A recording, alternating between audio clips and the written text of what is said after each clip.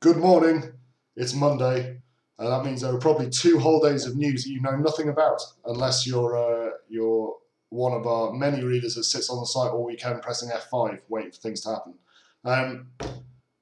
If you're not, then you probably want to watch this because I'll tell you what's happened, and you won't have to wait for everybody else to catch up this morning, which would be retarded. So don't do that. Watch this.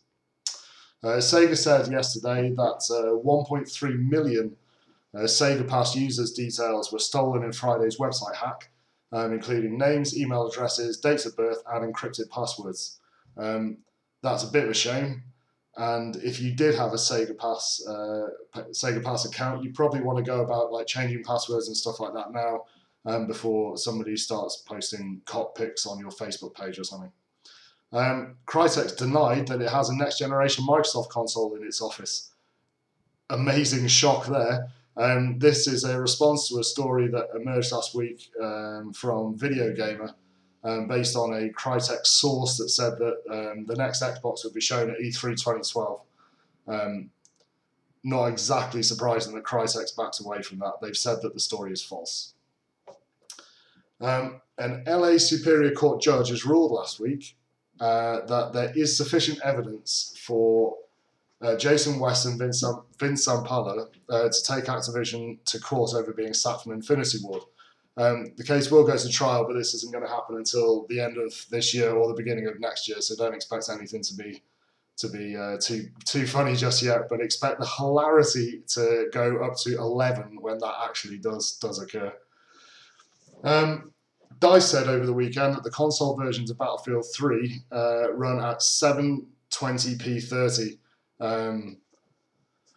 as opposed to Modern Warfare games which run at 60 frames a second. So that's incredibly important. Perhaps it isn't. We'll let you decide. Sony confirmed overnight and this morning that there's a new model of PlayStation 3 going to be released soon. It uses less power than the current version, and it's called the CECH 3000B. This has been confirmed in Japan, and not entirely sure when it's going to be released elsewhere yet. Ubisoft CEO Yves Guillemot said that he expects PS3 and Xbox 360 to get price cuts this year. I expect that too. So me and Gil, Eve, like that. The Halo CE HD remake will support Kinect. Everything that Microsoft will be doing from here on out pretty much will support Kinect. So don't be amazingly surprised if you start seeing Kinect logos on pretty much every Microsoft box for forever from now on. Konami's released the first official footage of Metal Gear Solid Peace Walker HD. You can watch that on the site now. Valve has apparently admitted that it's working on its own free-to-play Steam games. This follows news last week that free-to-play games are launching on Steam. They have launched on Steam. You can go and play things like Champions Online for free now. But this is based on a Doug Lombardi quote via a machine translation. So yeah, don't be gigantically shocked if Doug says later that this is a load of bollocks. Australian officials have approved a 1.8 billion Australian dollar tax relief bill for the video games industry in Australia. That's a good thing if you're Australian. Obviously, it'll throw up the whole why can't Britain have tax relief thing again. Apparently, the Australian video games industry has lost about 50% of its employees since 2008, so maybe they really do need it. But yeah, be sure to see loads of people saying, please can we have some tax breaks in the UK later today.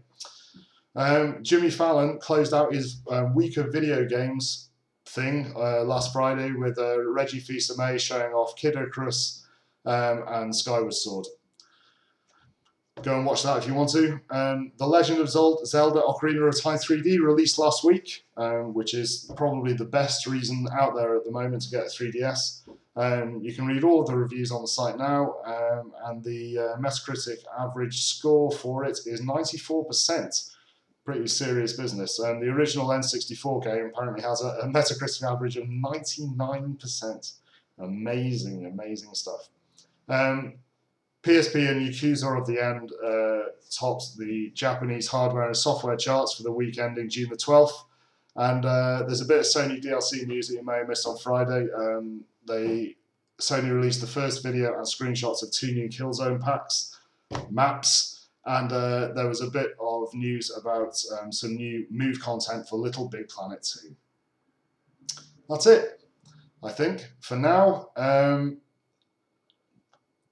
Again, absolutely nothing else to say. I hope you have an amazing day, and many, many thanks for watching me read some news to you. I hope your morning isn't too dreadful. I'll see you tomorrow.